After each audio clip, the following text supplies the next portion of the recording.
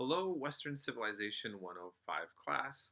I want to welcome you to this course. And so, right now, I'm just going to mention a few important things regarding the class. And then next week, once the class actually starts, I will be making videos and announcements that will explain everything you need to know about the assignments that you're going to have to do. So first of all, I need to make this very clear. Watching and reading every announcement that I post is required for this class, and this will be helpful for you because all of my announcements are going to be directly related to, success in this class, trying to figure out how to navigate, what to expect, just try to understand certain things. And I can't tell you how many times that I have students who get a lot of things wrong, start going into panic mode. I finally get an email from them, and they literally tell me, well, I haven't had time to watch your announcements. And first of all, again, those were required. And second of all, they wasted both of our time because they find out that everything that they needed to know was already given out very clearly. So please make sure that you're on top of that. I understand busy schedules. I also have to work other jobs to pay the bills. This is just the way the economy works. Many of you have family lives. You have partners, children, are just working a lot. So many different things. So I never judge that. What I want you to know is that communicating with me is the most important thing you can do for success in this class. You are going to see in the syllabus, and I'm going to make clear several times at the start of this class, that I am very generous about working with people with late work. But you have to contact me first in order to turn in late work. If you turn in late work without communicating with me, I won't even look at it. Now, one of the things that's going to be very important is that I do not use the calendar. You cannot expect, don't wait around to see something pop up in the calendar. There's a reason for this, and I'm not going to go into details about it, but it's to your advantage. Okay? That's all I'm going to say. But I have weekly work objectives. You're going to see all this. I'll go over this again. It's going to tell you we're going to have very predictable patterns for getting work done, discussions and video notes and papers. It'll be Thursdays and Sundays, and many times just Sundays by midnight. And I'm going to open up a different module each Sunday, starting off for the week. So you'll have clarity about what work to do, but you're not going to rely on the calendar. And I will always give you feedback on work, especially if you don't get full points. But if you use just your phone, if you're trying to just use your phone for this class, Canvas doesn't always, unless they change this, if I write comments or give feedback on what to do, you won't know. Okay. Now, so here's the other thing to say. I realize it's always difficult to know what a professor really wants, to try to understand what the expectations are. The first week or two is just a little confusing and disorienting. And the way that I have things set up, and you'll see, it may look like a lot of work to you. But I promise you that almost every semester, it ends with the students that stick out, staying in my class, telling me, thank you, Professor Pollock. This was very easy to follow. And the work actually wasn't that hard once, they managed to find a rhythm in their own schedule. Keep in mind that I am required to give you certain amount of hours a week of work. So I'm not giving you more than another professor. It just may be that I'm having you do more of one type of thing than you had in another online class. So I have a lot more video notes and lectures maybe than some other classes.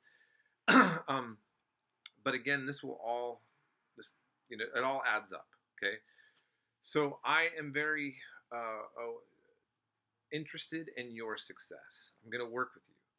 If you are doing sports and you are required to have your grade at a certain level, you're going to want to communicate with me on that, and you're going to want to stay on top of that. And don't, and I'm just saying this because recently I have this happen every semester. I'm going to work with you. I know that a lot of you have games coming up, all of that. But some students treat this like a sideshow, and it's obvious, and then they come back later desperately trying to catch up and telling me, Mr. Pollock, if I don't get my grades, if I don't have an A, I'm not going to be able to stay in sports.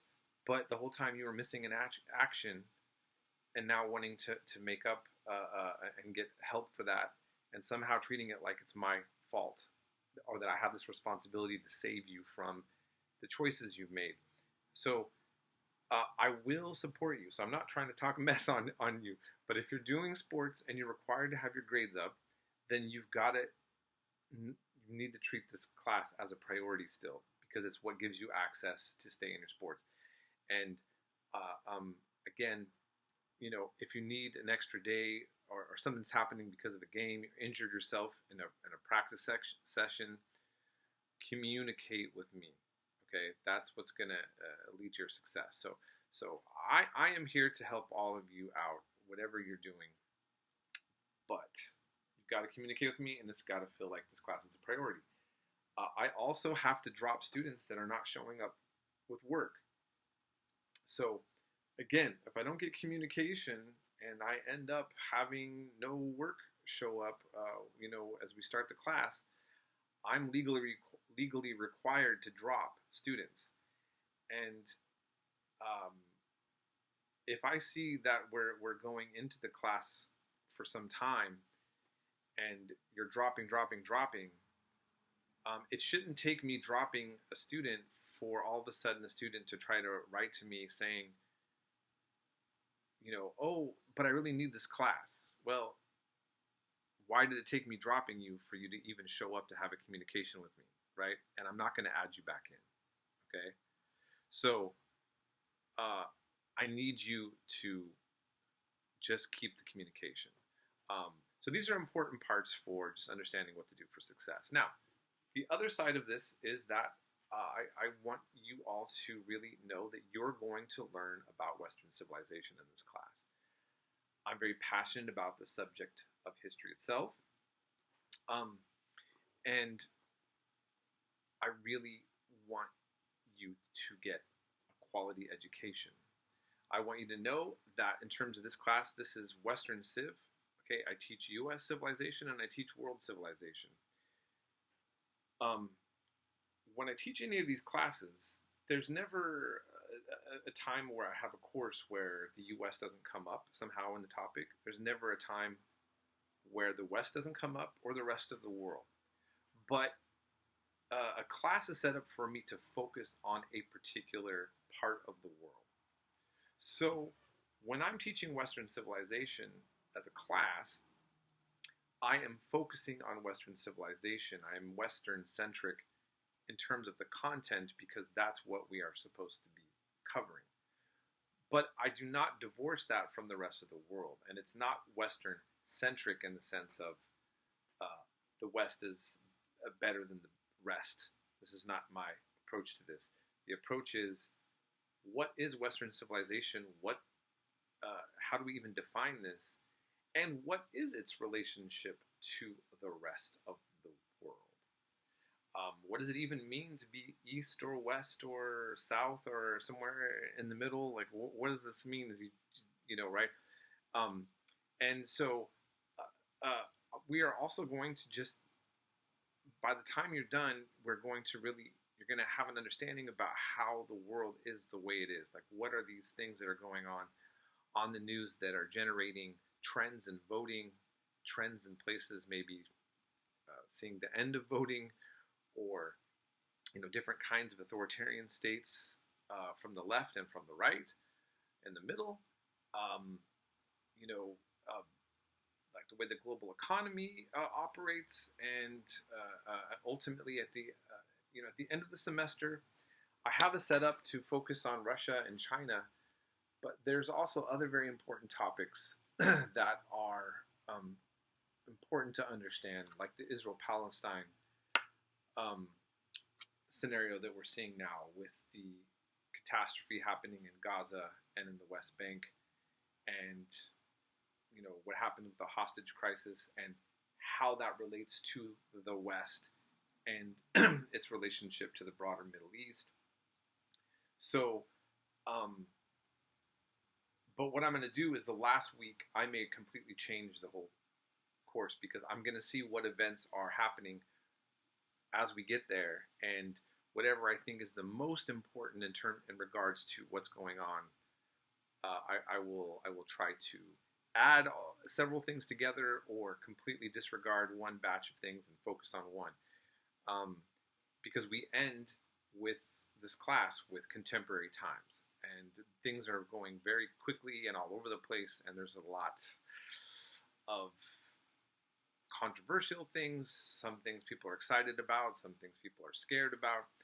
I will do my best to be professional and nuanced, despite whatever bias, that I might have on a topic.